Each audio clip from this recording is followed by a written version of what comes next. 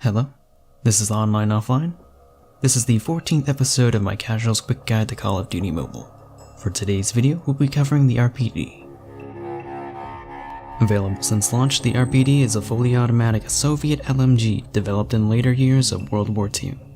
It didn't see widespread adoption until after the war, mostly by Soviet allies in Africa and Asia, as the Warsaw Pact had already moved on to Kalashnikov's RPK and PK machine guns.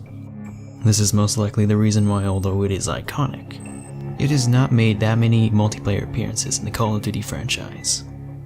Prior to the recent buff, the RPD was already rivaling the PKM for the status of the best passive LMG, with the PKM having the edge in terms of headshot potential.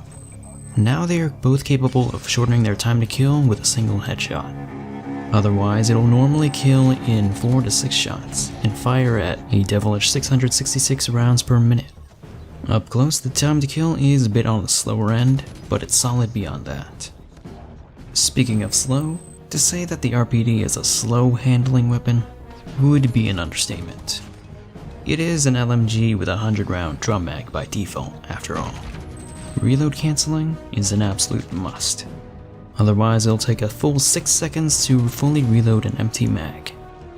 On the bright side, at least none of the magazine attachments affect your reload time. But what if you don't want to reload?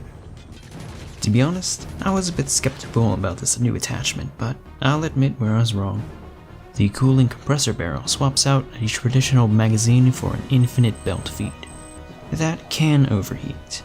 But in order to reach the point of overheating, one would have to hold down the trigger non-stop for about 9 seconds, or burn through 100 rounds. Emphasis on non-stop. From my experience, as long as you burst your shots or don't get too careless, it's basically never going to happen. Even then, overheating only lasts about 3.6 seconds, and the time it takes for the gauge to fully reset is about 2 seconds. Which is better than reloading. Weapon swapping doesn't seem to affect the cooldown, neither does sleight of hand. In terms of accuracy, the RPD is about average, and it did receive a slight buff alongside the other LMGs. The recoil pattern is exclusively vertical. Initial recoil does have a moderate kick, but is light soon afterwards. The iron sights are very easy to use, and hipfire performance is poor, especially with the slower fire rate. The RPD has always been an underrated LMG because of its traditionally passive playstyle, usually overlooked in favor of others that had faster mobility or faster fire rate to compete with ARs and SMGs.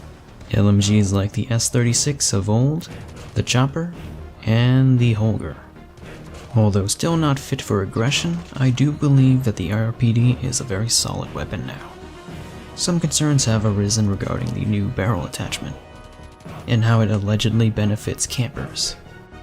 That might be the case, but I do think it benefits OBJ players more, as they need the extra ammo to defend themselves while playing objective.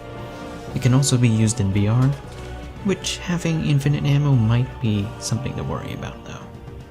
But back to multiplayer. I don't believe the RPD needs any changes, but only time can tell. I feel like I've been covering a lot of guns recently that don't need changes, but I promise to cover something next that does. This has been a Casual's Quick Guide. My name is On, and I'm off.